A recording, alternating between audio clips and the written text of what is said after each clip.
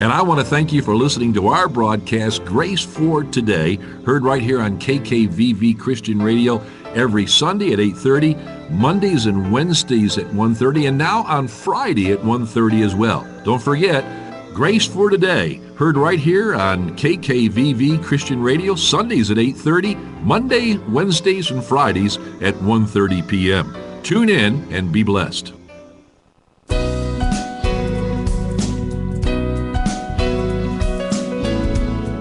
A consecrated life equals prayer plus thanksgiving. With thanksgiving, present your requests to God. Wherever there is true prayer, thanksgiving and gratitude are ready to respond to its fulfillment when it comes. As prayer brings the answer, so the answer brings forth gratitude and praise. As prayer sets God to work, so answered prayer sets thanksgiving to work. Thanksgiving follows answered prayer just as day succeeds night. True prayer and gratitude lead to full consecration, and consecration leads to more, better praying. A consecrated life is a life of both prayer and thanksgiving. Dear God, I want to live a consecrated life of prayer and thanksgiving before you. Guide me through the power of your Spirit. Fred Hodges, KKVV, Las Vegas.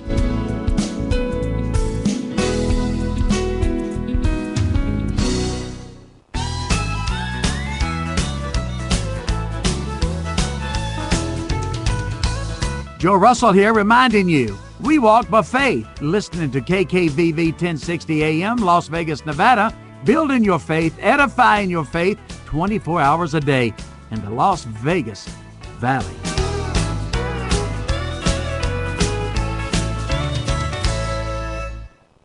At Johnny Walker RVs, they believe the best way to live life is one trip at a time. Why sit around bored and bogged down by life's stresses when you can take time to explore this great country? Whether camping in the mountains or fishing at the lake, Johnny Walker RVs can help solve your weekend boredom troubles. Johnny Walker RVs always has the best inventory with over 200 units in stock. They have travel trailers, toy haulers, fifth wheels, and motorhomes, including their best-selling Allegro products by Tiffin. On site and ready to get you to your next adventure. See their full inventory and great prices at jwrv.com. Let's get rolling. Your first trip is on them. They're proud of their 50 years, 4 generations, and thousands of happy campers. Call 702-458-2092 or visit jwrv.com. Better yet, stop in today to one of Johnny Walker RV's 3 locations on Boulder Highway. Don't get bored. Get on the road to fun at Johnny Walker RVs.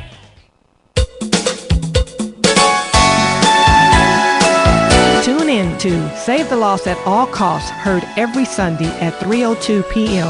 on KKVV. Are you between a rock and a hard place?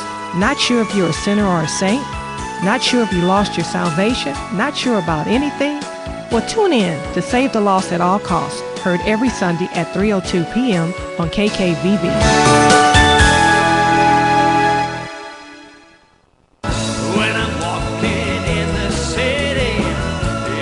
Need a faith lift? Join Pastor Bill Walker for Good Times, 9:32 a.m. on Wednesdays and Friday at 3:02 p.m.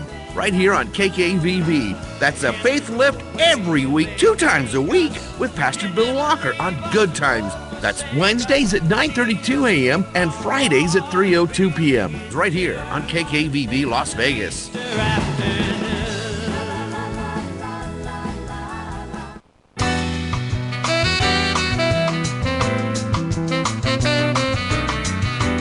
Welcome to Open Book Radio Club, a membership program of like-minded people. Your words should be heard to increase awareness of what you do. Become a part of a growing community and let Open Book Radio Club highlight you.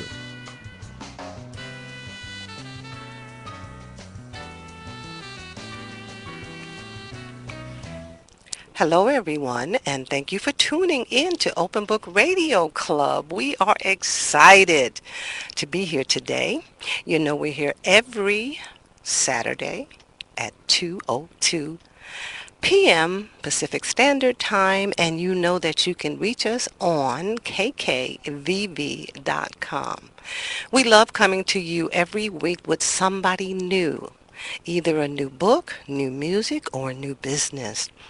And so we're excited to promote them, and we ask that you call in if you choose to ask questions. And let me give you that number. It is area code 702 if you're here in Las Vegas, Nevada. And that number is 650-5588. That's 702-650-5588. If you are long distance, then you know you can pick us up on the internet, and you have an 800 number, and that's 1-800-366-8883. I always invite you to go to the website, and that is openbookradioclub.com. openbookradioclub.com. And I invite you to call in if you have questions. Today, that person made it. Yay, finally, huh? Yes. And so we are delighted to have her here. Remember last week she was between Arizona and Las Vegas and did not make it. I did read her bio for those who were tuned in, and I talked a little bit about why I was so excited to have her here. So I'm going to read her bio again, just in case we have new listeners tuning in, or just in case you forgot. And then we are going to actually talk to that person. Her book is called Creating Successful Events, and the reason why I was so excited that Tracy was going to be here is because, as I told you, I'm involved with a group called Determined Grandmothers, and we are in the process of getting prepared to put on an event, a fundraiser, so that we can go out and help other grandmothers and parents to reclaim their youth, because you know and I know that the times are hard and we are losing our youth by death. And so it is so important that we gather up our grandmothers and our parents and those fathers who are missing, and get back to saving our young people. And so we want to put on an event, and this book, and she has so much experience that I couldn't wait to interview her. So I'm going to go ahead and read her bio. Now I have her as Tracy Thompson, but Tracy, I understand you have another last name. Yes, it's Yoey, but I still go by Thompson as well because I have a lot of my event work was under Thompson, and so I still use that. And the book that I wrote was under Thompson. I do need to revise it, and hopefully we'll get that done soon. But yeah. Okay, so I'll continue then. Tracy Thompson has spent more than 24 years in the field of broadcasting events. She is a producer of more than 800 weddings, community and corporate events, concerts, festivals, fairs, trade shows, and her own bridal expo. She is a certified wedding and event planner, as well as an instructor for the following services. Tracy has many years of experience with celebrities and dignitaries, as well as training and overseeing staff members and corporate managers. She enjoys being a motivational speaker and really enjoyed co-writing the book titled Creating Successful Events. Tracy, welcome to the show. Thank you very much. I'm glad to be here. I am so excited that you're here too. I mean, I was just like, what am I going to do? She's not here. Last week she wasn't here, but this week she is. Yeah, and we had storms last week and storms this week, so I don't know what it is. They're following me or something. I don't know. That is but true. But at least I made it. For those who are here in Nevada, you know what we're talking about right now. The weather is not sure if it's going to pour down raining or what, but it was raining and hailing on my journey today. Wow. So. And yet she made it on time. It's humid here, which is not normally the case. Right. That's mostly back east. So between, where did you come from? You said it was on I was coming from L.A. Okay, and last week it was? Last week it was Arizona. You are one busy lady. I put a lot of miles on the car. One busy lady. Well, we're going to go ahead and get started with some of the questions because, like I said, we're in the process of trying to do something that's really successful. And when I started reading this book, I was going, wow, this is so much information. What made you decide to co-write a book on this subject of creating events? Well, I actually have been in events for a very long time, and I had a lot of people come to me and say, I want to create something. Can you give me some tips? Can you give me some advice? So I was constantly helping other people anyway, and then I had quite a few people say, you should teach this. So I started teaching classes in wedding and event planning, And therefore, of course, I had to have a handbook and things like that. So I started writing my own book years ago. And then I ran into Steve Buffalo, and he had been writing a book on events years ago. And we decided to collaborate and finally get this book done. So we got it together, and it was amazing how much, how alike the information that he had was with mine. So we just combined everything and put together the book, and it just flowed smoothly. It was meant to be. It definitely was meant to be. And it's a subject that a lot of people need because, like I said, we're getting ready to put on an event. And, to start from scratch, not knowing anything, it makes it kind of difficult. Now, I mean, we have a little bit of knowledge, but this book is going to really, really be helpful for us. Another one of my questions is, how much planning do you need to begin to plan for an event? Well, it depends. I've had people, like I had a bride call me not too long ago, and she was crying, and she said, I only have 6 weeks to plan my wedding, and I'm not quite there yet, and I've done a lot of stuff, but I still have so much to do. And I told her, I said, you know what? You don't worry about it because some of the best events have been planned in under 2 weeks even. So it's a matter of knowing what you want, knowing how to get it, and just getting all the things you need in place, and having help is a big thing too. Like if you have enough people to help you, you've got to learn to delegate, and that's a hard thing for a lot of people to do. But if you can get a lot of heads together, a lot of people have good ideas, and let them go with it, let them run with it, and then if you don't like it, you can always change it. Now that's fantastic. It's like the three of us, and we're all trying to get this done, and we're going, okay. Now, is it better to find the place first and then work around that? Yes, it is. Okay. The best thing you can do is find your venue first, because what I find is, let's say that you look at 3 or 4 venues and there's one that's your top choice and you love it. Well, you've already set your date. Well, it turns out that venue is not available on your date. So if you set your date first, which a lot of people do, most people will set their date first, then they find a venue that sometimes they've got to choose their 3rd or 4th or even 5th choice because the dates are already booked and they can't really get around that because they've booked other vendors for that date as well, and then they have to kind of undo it if they want to start all over. Yeah, and especially here in Las Vegas, because so many things go on and so many people come in town, and then they have this for that and this for this. And so we'll pick a particular place, and when we call them, oh no, like one place we called, we wanted to have the event in September, so now we pushed it back to October. Right. And the first place that we called, they said, oh, we're booked up until November. Oh, yeah, particularly in Las Vegas, because there's so many different things that you don't even know that are going on. There's so many events that people bring to town from the East Coast, from the Midwest, wherever, because Vegas is such a great spot for everybody to meet. And there's so much to do here, so that people come here for their event, and definitely it gets booked quickly. Yes, it does. And certain times of the year, too, it can be worse. Christmas time, for instance. A lot of people think, oh, I'll just have my event around Christmas and I'll save money because everything's already decorated. But if you think about it, Christmas is the worst time of the year to try to have a wedding or an event because all of these corporate parties are taking place and people will charge a lot more money. Yes, definitely.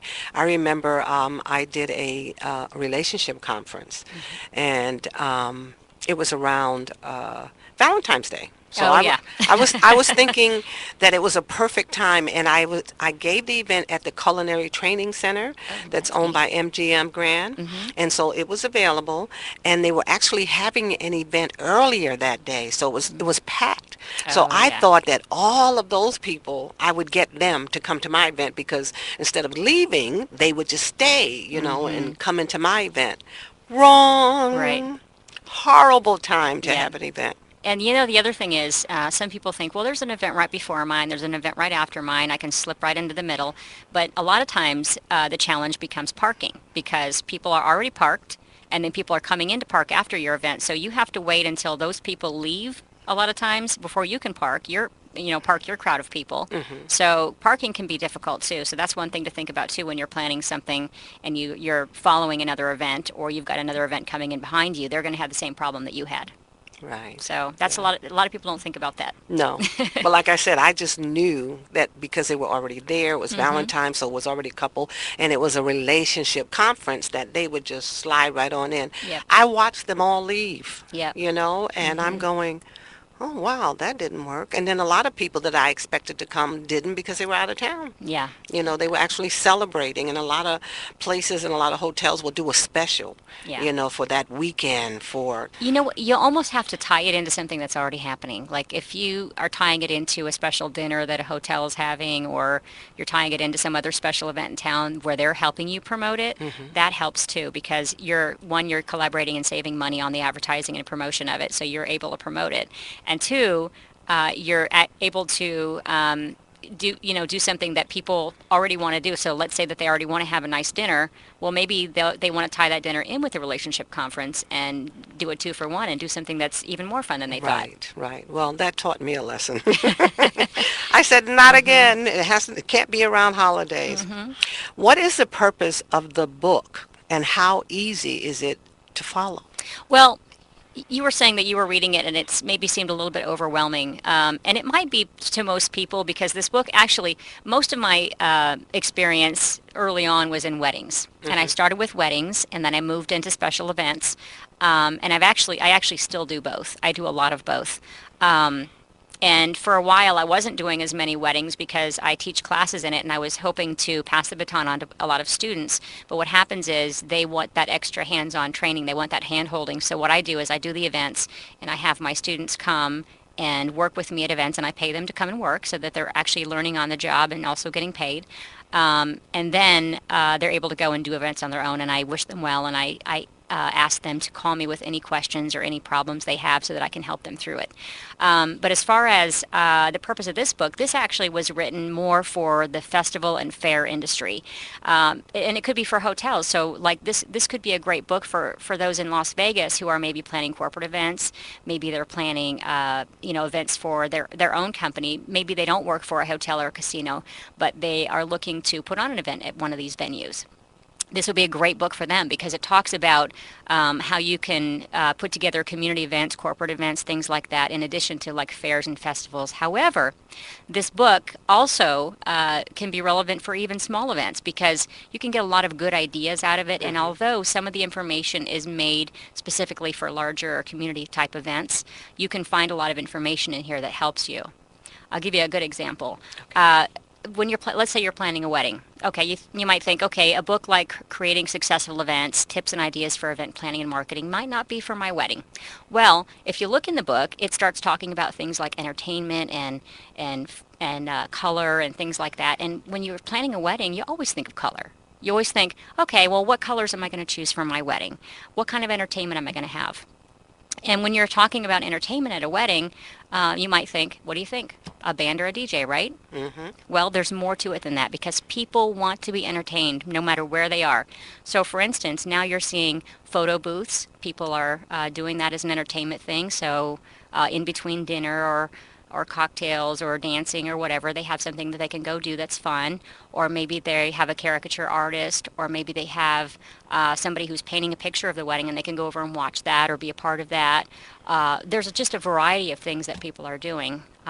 Sometimes they'll make your own dessert bars and stuff like that. So there's just a variety of different things. Everybody wants to be entertained, and even more so now. And I don't know if that's because we live in such an age of technology where everybody is doing more than one thing at once. People are texting while they're talking, while they're cooking, while they're whatever. Yes. So everybody wants to be entertained. And this book, like I said, I think helps people realize, some of the creative ideas that they can put into an event. Yes. And I want to hold it up so everybody can see because we are live streaming or streaming live. And this is what it looks like. So it does look like it's something to do with the community or a festival or a fair. It is. It's kind of a funky cover. And I've had people comment on that cover like, why did you pick a picture like that? Well, this was actually, you can't tell it from the cover, but this is actually a stilt walker. And so this lady was several feet into the air, and I took her picture. Actually, I took this picture too, and I just thought it was such a colorful, interesting picture that we put it on the cover because we thought, color, and it's just dramatic. Yes, yes. And I like the fact that it's tips and ideas for any type of event. It is. So, and it's not that thick. It's so easy. you can go right to the It's subject. an easy read. Yeah. Because I went to a particular part of the book for myself to see, how we're going to do this. Okay, let's see. Your book says it's all about fun. Isn't creating an event stressful? I suppose it can be for most people because they've never done it before. In my situation, obviously, I've created a lot of events, and once you've done one event, I don't want to say they're all the same because I don't do cookie cutter events. I don't like events that are all the same. In fact, when you're doing a wedding, for instance, you have the bouquet toss, you have the cake cutting, you have the garter toss, you have the first dance, you have all these different elements that are the same. Essentially, it's easy because they're all the same. However, that's where you can put your own creative spin on it and do some fun and creative things. And what I like to do, like for instance, when I'm doing a wedding, is to tie in the personality of the couple. So what are they into? How did they meet? How did he propose? How can we tie that in? Who are they really? And how do we tie in their personality? And that's what makes it really fun. For instance, I did a cake one time for a couple that was just, they were so into chocolate. Who isn't though, right? And so we did this huge chocolate cake, and we had a picture of the couple with milk mustaches, and it said "Got milk," and everybody did a milk toast instead of a champagne toast. So they had little glasses of milk, and everybody did a little milk toast and everything, and that was kind of fun.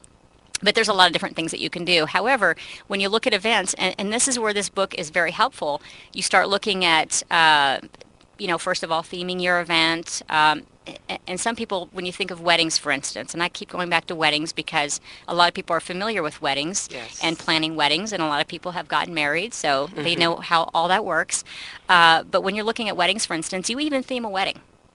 And it might be, the theme might be romantic candlelight wedding, or it might be, rooftop urban wedding, or, it might be something along those lines, but there's always a theme. And I had one bride, for instance, who says, well, I don't have a theme for my wedding. And I said, well, what are you thinking? What are you going to use for your flowers? What colors are you thinking? And this and that. And I started to see a theme coming together. And I said, well, this is sort of a French country theme that you have then, because you sound like you like French country. And she said, oh, I love it. And I love everything French. And I love the Eiffel Tower. And we're thinking about going to Paris for our honeymoon. And I said, there you go. Have a Paris-themed wedding. And she did, and it was wonderful. That is beautiful. So when you're thinking of creating an event, it can be stressful if you're not doing things in a timely manner. You're not following any kind of a checklist or a timeline. And if you're doing that, then things are on track, and that what you're doing is right at that time. And so you can have it be all about fun, because it's really about creating something that you're that you have in your mind. Yes, and the things that you're using.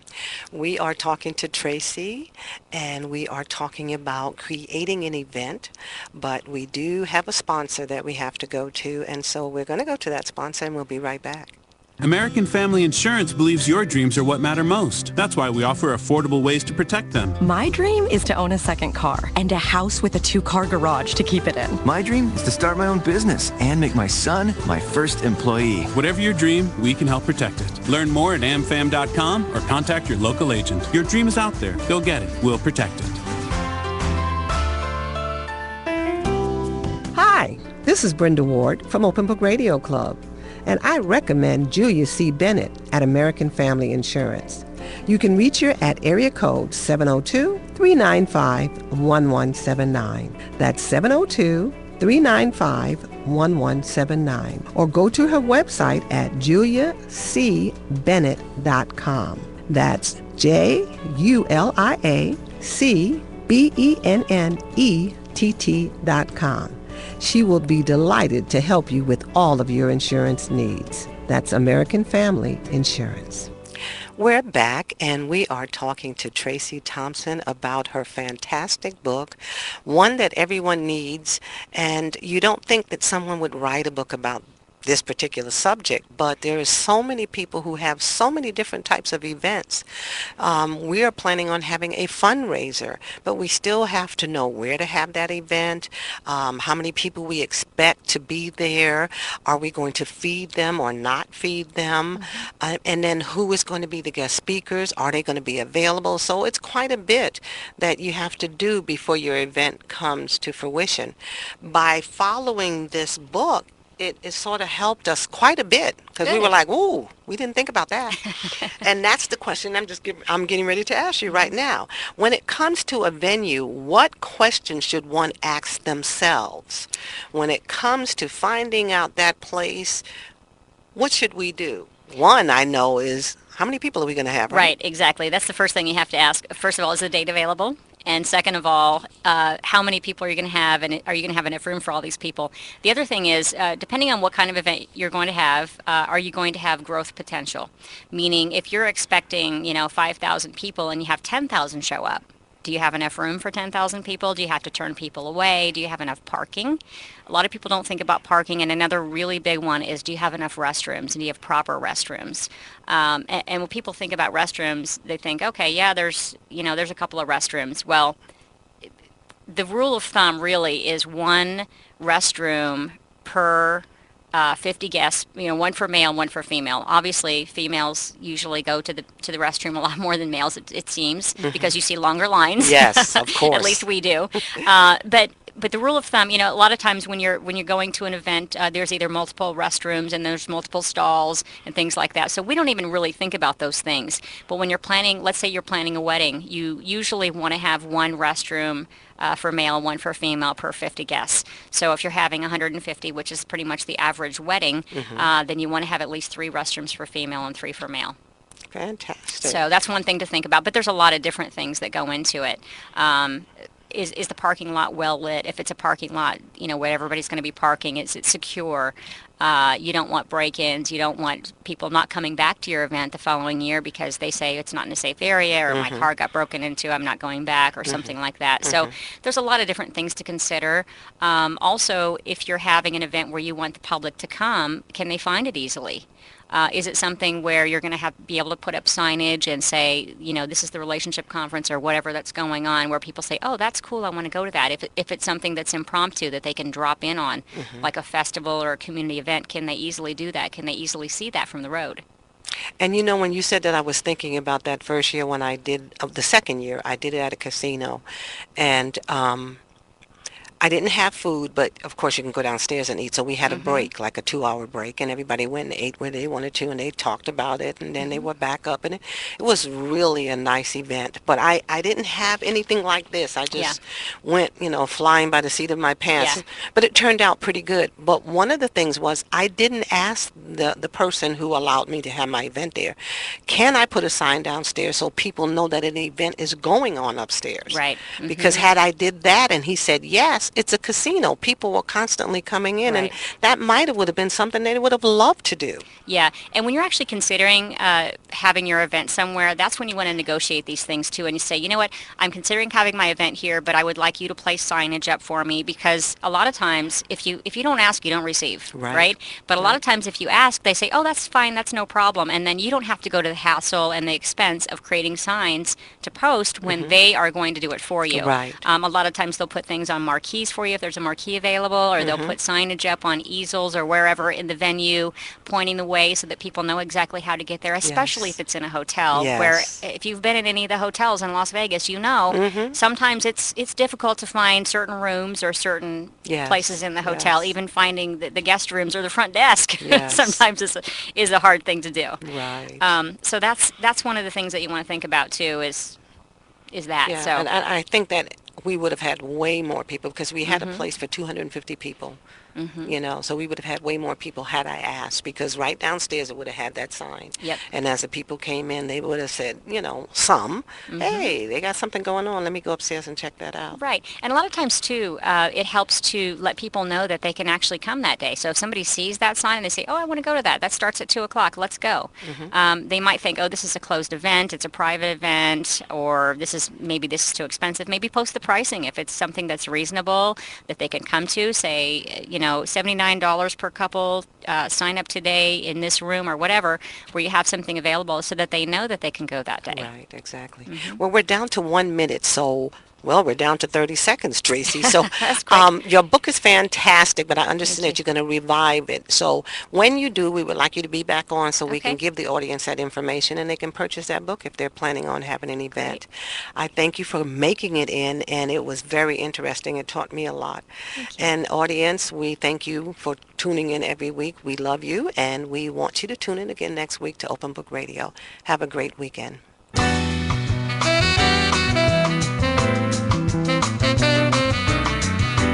Thank you for tuning in every Saturday at 2:02 p.m. to Open Book Radio Club, where like-minded people tell their stories. Poets, authors, small businesses, spoken word, and music writers come together as a community. So don't forget, tune in every Saturday at 2:02 p.m. to Open Book Radio Club.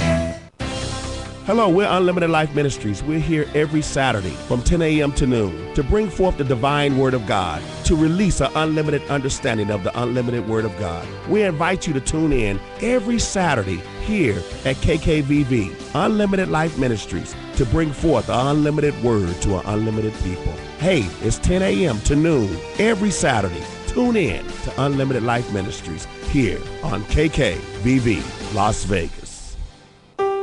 Hi, this is Pastor Rob Wright of Abundant Grace Church, and I want to thank you for listening to our broadcast, Grace for Today, heard right here on KKVV Christian Radio every Sunday at 8:30, Mondays and Wednesdays at 1:30, and now on Friday at 1:30 as well. Don't forget, Grace for Today, heard right here on KKVV Christian Radio, Sundays at 8:30, Monday, Wednesdays, and Fridays at 1:30 p.m. Tune in and be blessed.